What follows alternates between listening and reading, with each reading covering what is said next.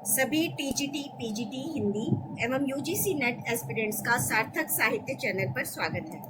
पिछले दो वीडियोस में हमने उपन्यास के विकास क्रम के विषय में मुख्य बिंदु देखे।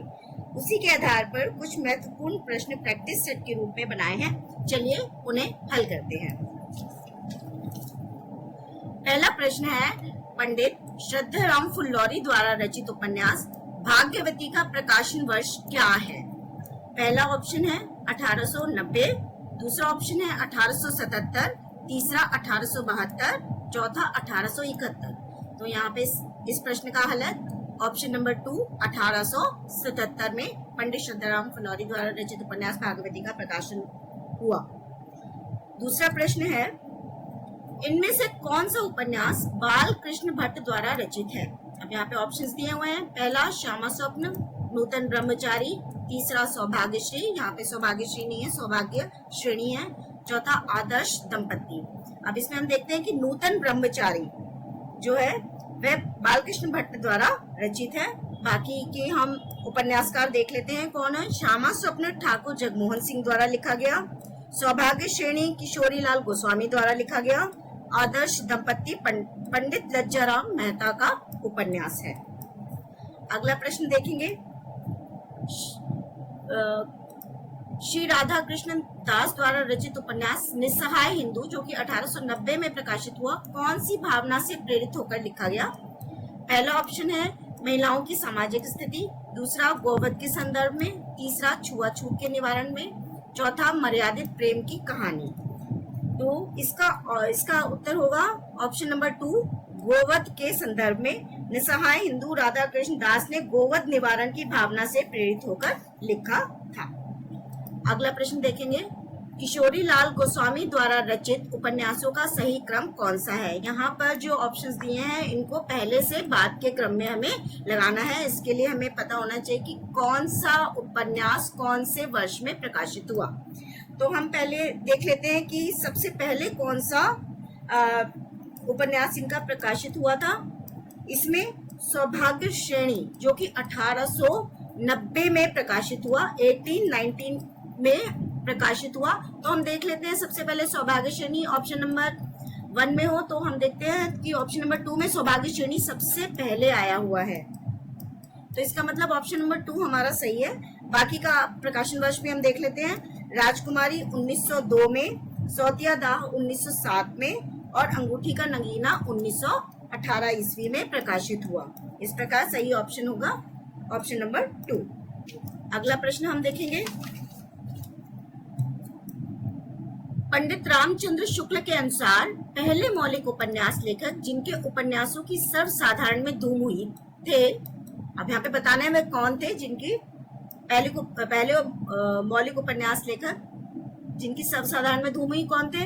पहला किशोरी लाल गोस्वामी, दूसरा मन्नन द्विवेदी, तीसरा देवकीनंदन खत्री, चौथा जयराम गुप्त। अब पंडित रामचंद्र शुक्ल ने यह कथन देवकीनंदन खत्री जी के लिए लिखा था। अगला प्रश्न देखेंगे, प्रेमचंद द्वारा रचित उपन्यासों को पहले से बाद के क्रम में लगाना है। अब यहाँ पे भी हमें सभी उपन्यासों का प्रकाशन वर्ष पता होना चाहिए। तो सबसे पहले जो प्रेमचंद जी का जो उपन्यास था वह था सेवा सदन। तो यहाँ पे हम देखेंगे ऑप्शन नंबर 2 और ऑप्शन नंबर 4 में सेवा सदन पहले है। अब ये पहला और 3 तो हटा दिए जाते हैं, तो 2 और 4 के बीच में हम देखते हैं। इनका दूसरा जो उपन्यास है वह है प्रेमाश्रम जो कि 1922 में लिखा गया। अब हम देखेंगे किस ऑप्शन में सेवा सदन के बाद प्रेमाश्रम है। तो ऑप्शन नंबर 2 जो है वो एकदम सही होगा। सही क्रम देख लेते हैं हम। सेवा सदन 1918, प्रेमाश्रम 1922, प्रतिज्ञा 1929, गोदान 1936। तो सही ऑप्शन हो गया ऑप्शन नंबर 2। अगला प्रश्न देखेंगे,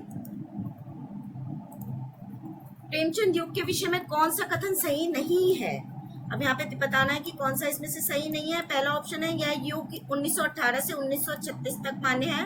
दूसरा, हिंदी साहित्य में यह युग छायावाद युग के नाम से जाना जाता है।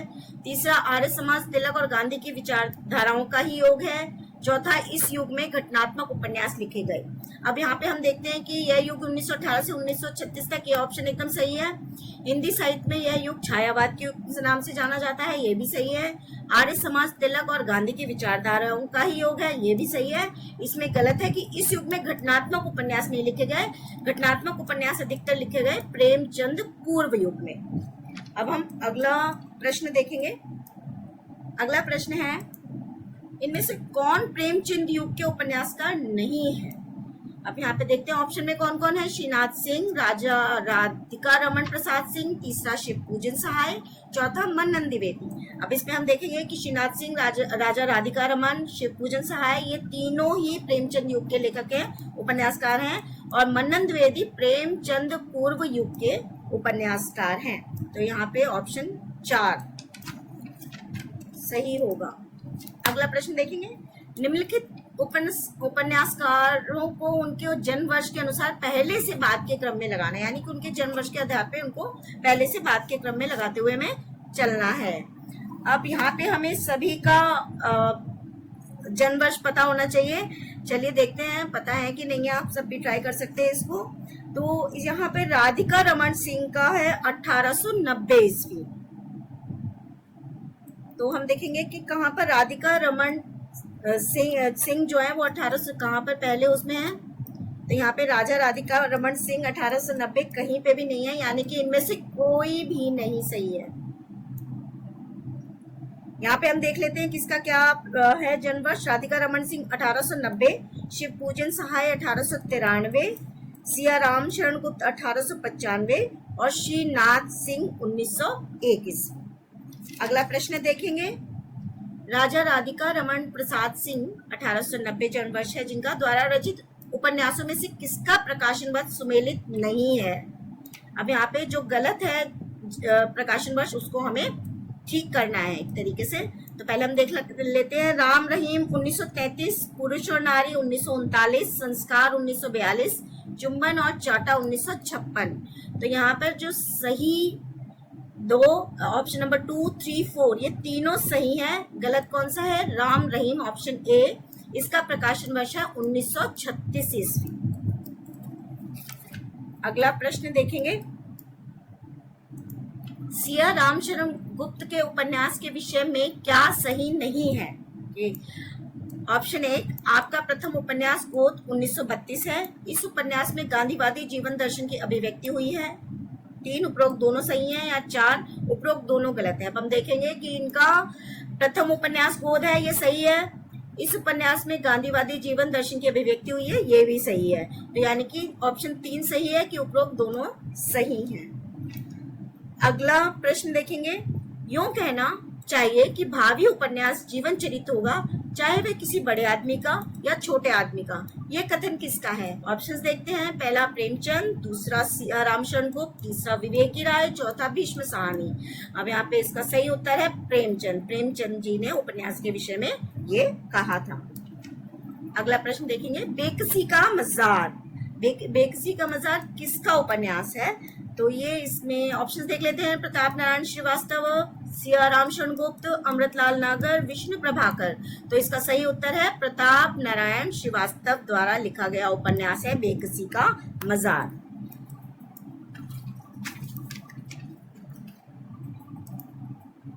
अब देखेंगे इनमें से कौन सा उपन्यास अमृतलाल नागर का नहीं है। चलिए देखते हैं कौन सा नहीं है। महाकाल 1946, बूंद और समुद्र 1956, सुहाग के ऊपर 1960, निशिकांत 1955। मैंने साथ में प्रकाशन वर्ष इसलिए लिखते हैं कि आप जब भी आपके नजरों के सामने कुछ आता रहता है तो आपको याद भी हो जाता है। ऐसे रट्टा लगाने से ये प्रकाशन वर्ष या जन्म वर्ष याद नहीं होंगे, इनको बार बार पढ़ना ही पड़ता है। तो इसमें हम देखेंगे कि महाकाल, बूंद और समुद्र और सुहाग के ऊपर ये तीनों अमृतलाल नागर के उपन्यास हैं। निशिकांत जो कि 1955 में लिखा गया, ये विष्णु प्रभाकर जी का उपन्यास है।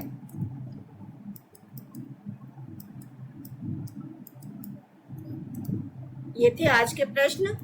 बहुत बहुत धन्यवाद।